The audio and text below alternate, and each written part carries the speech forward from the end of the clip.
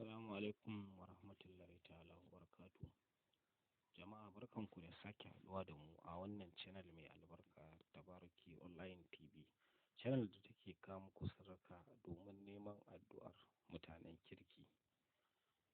Wannan sirri ne a wannan rana mai albarka muke tafi da ita.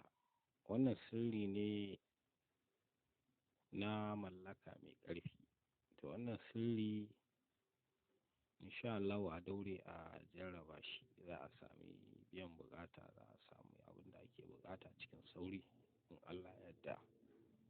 Don wannan sirri ne mujarrabin sirri, inda bangaren mallaka ne, walau mallakan mace ko namiji insha Allah ana iya yin sa.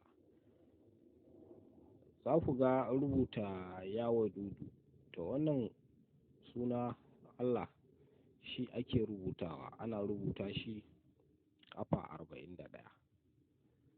Ana rubutawa ƙafa 41.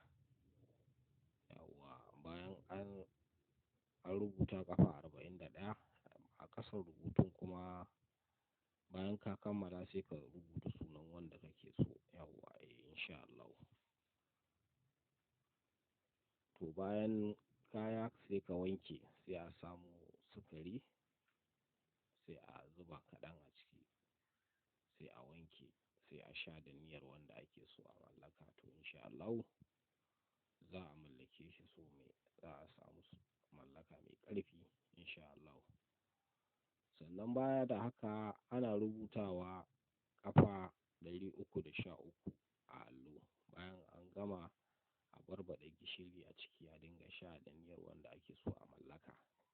To insha Allah in aka yi wannan aiki tsawon kwana 7 ake yi, to insha Allah mallaka ce mai ƙarfi.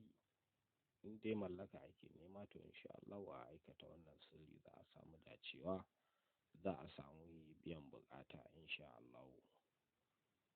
Idan wannan shine farko na zuwan ku channel ɗinmu, kada ku manta ku danna alamar nan ta subscribe a wannan channel tamu ta Tabaraki Online TV.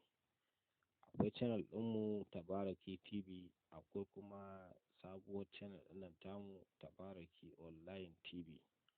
To idan ka zo sai ka danna subscribe a wannan channel tamu ta Tabaraki Online TV.